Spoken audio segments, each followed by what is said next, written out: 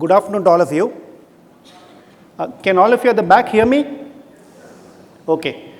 Okay, so my name is Vaitheeswaran. I'm extremely happy to be here. This is the second time I'm actually participating in an ICT event. The last time I participated in an event was a few months back in Chennai. Extremely happy to be here. Coimbatore, by its very nature, is full of entrepreneurs. Certainly more entrepreneurs in this place than anywhere else in this state. Probably on a square feet basis, must be exceeding the density of Chennai as well. What I'm going to do is to share with you some of my experiences, some of my learnings as an entrepreneur. These are learnings that has happened over a 15-year period.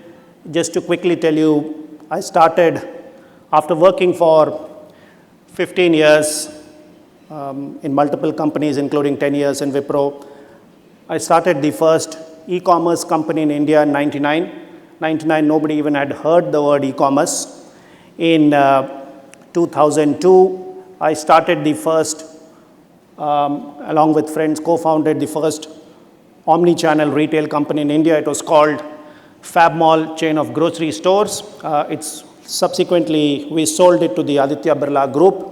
It's called More. I don't know if there's any more in Coimbatore, but you may have seen it somewhere.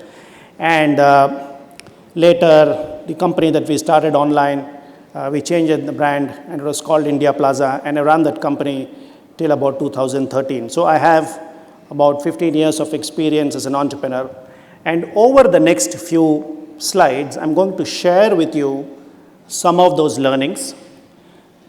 Two things I'd like to caution you. These are my experiences, these are my learnings, and therefore I'm sharing it. It's not a rule book. And the more important thing is, some of them will be very different from what you read in the newspapers every day. It is for you to pick up whether you want to go with the newspaper or what I'm going to share. But I can tell you some of them are going to be quite different. You will hear many people telling you about ideas. I'm going to tell you, forget the idea. Ideas are a total waste of time. You have to solve a problem. Let me give you an example.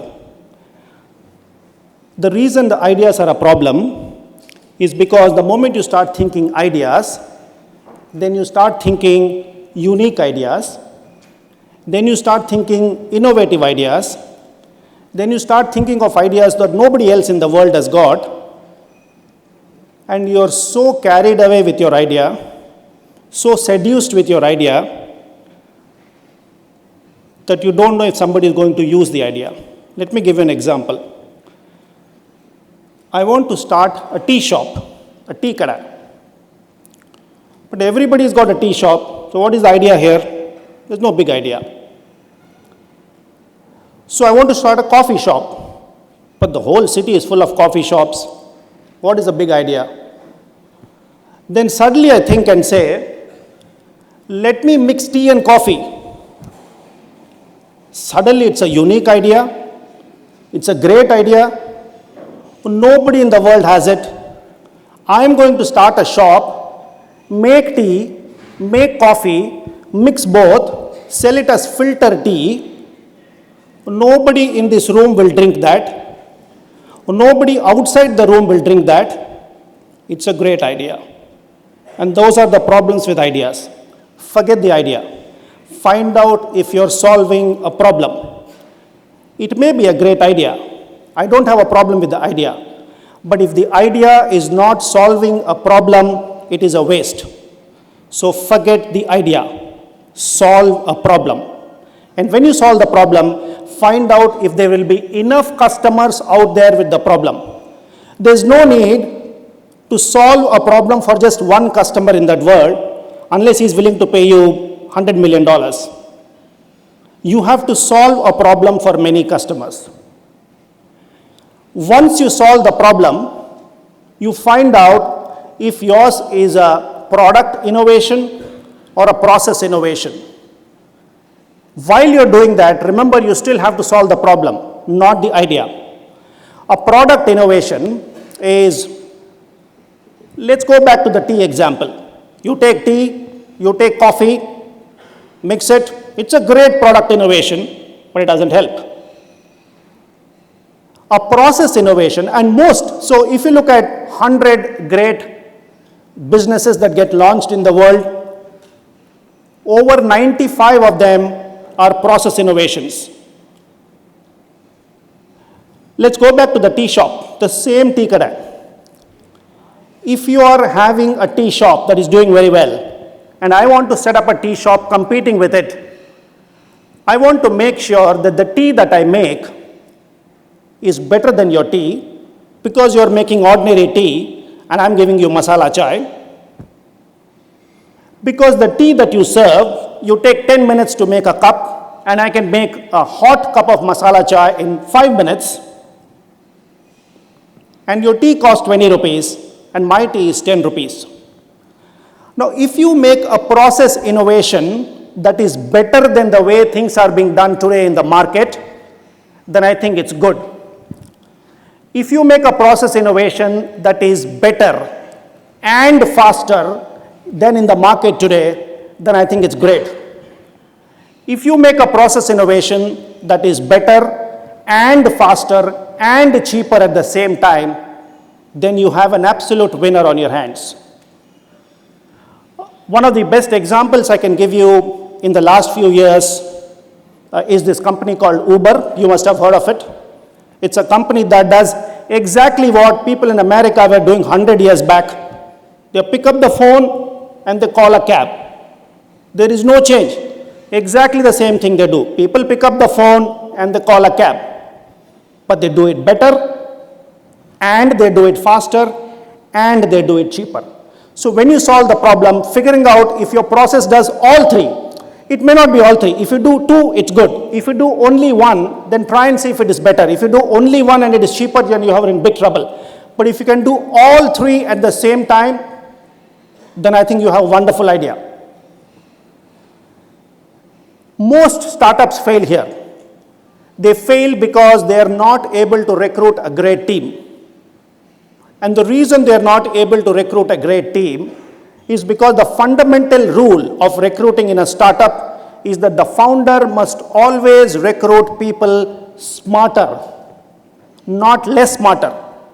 If I am starting a company and I hire 100 people who are not as smart, who are less smart than me, then the entire risk of success lies on my shoulders. But if I can hire 100 people who are smarter than me, then they will make sure that the company succeeds. I'm stressing on this point because A, it is most critical, and B, it is very, very difficult to execute. You can think of great ideas, you can find ideas that solve the problem, you can think of a process innovation that is better, faster, cheaper, but nobody is easily able to hire people smarter. A, because there's an ego, and because hiring is a very difficult skill. But if you can solve this element of a startup, then I think you have a great chance of succeeding. A lot of startups make a big mistake, especially well-funded startups. The money that they raise for their business is spent on areas that does not impact customer experience. People who run retail shops must make sure that their retail store is awesome, beautiful, superb, well laid out. But there is no need for your office to be 5-star status, because the customer is going to visit the store, not your office. And this is just one example. In multiple businesses, I see so many entrepreneurs, the moment they raise money, the first thing they do is to go spend it inside their office or spend it on their personal assets. I think you should certainly go buy the Mercedes-Benz. Somebody was talking about it in the morning. But after the business makes money, you have absolutely no right to go spend any money that the business deserves on yourself till the business is profitable. Do anything that you want. Be as luxurious, lead as luxurious a lifestyle as you want after the business breaks even. Before that, make sure that every single rupee is spent on things that the customer will see or experience. And if the customer is neither seeing nor experiencing what you're spending on, that money is being wasted. This is the most boring part of an entrepreneur, to make a business plan, but I think it is important. It is important because as the founder and the entrepreneur, you're the only person who's capable of making a great business plan, and you are the only person who's capable of making it in deep detail. Many people think that business plans are meant for investors. Business plans are not meant for investors. Business plans are meant for yourself. Unless you're able to put together a great plan, there's no question of talking to an investor. But I have a simple rule for a business plan, and I would urge all of you to keep this rule in mind. It's the 2 by 2 by 2 rule. After you make your business plan in great detail, divide your sales by 2. Divide your gross margins by 2. Multiply your costs by 2. And that's your business plan. And if you do that, then I think you are safe. Your business plan is truly realistic and robust. Because the fact of the matter is, irrespective of how much you think and put it in your business plan, things will go wrong.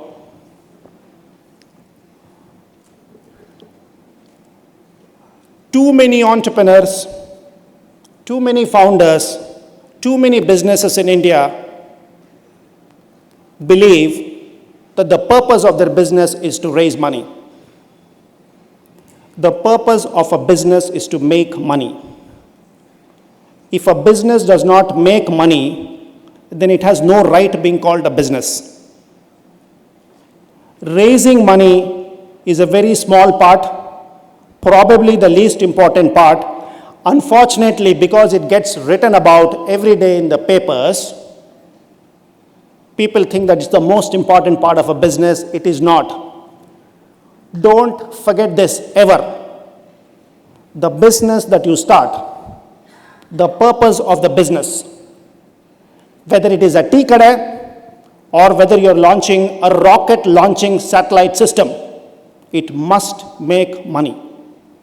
The purpose of your business cannot be to merely raise money.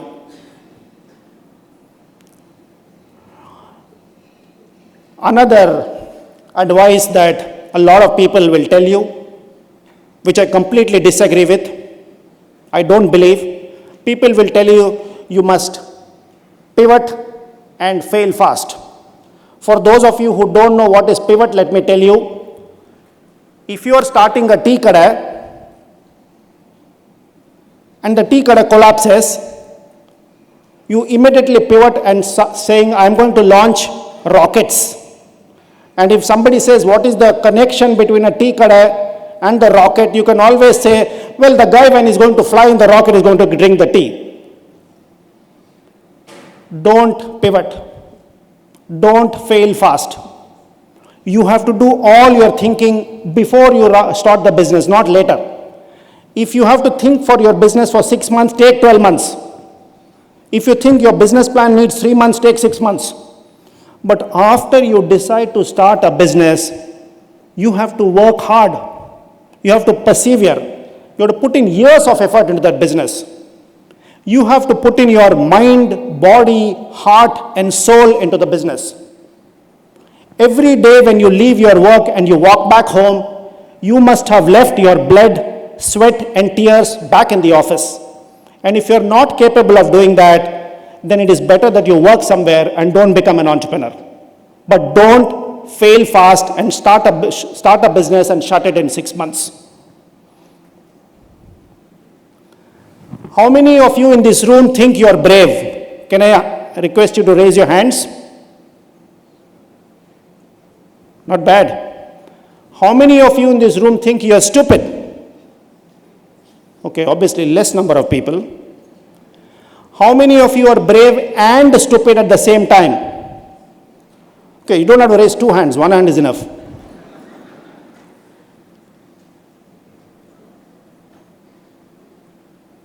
Entrepreneurship is like fighting a battle.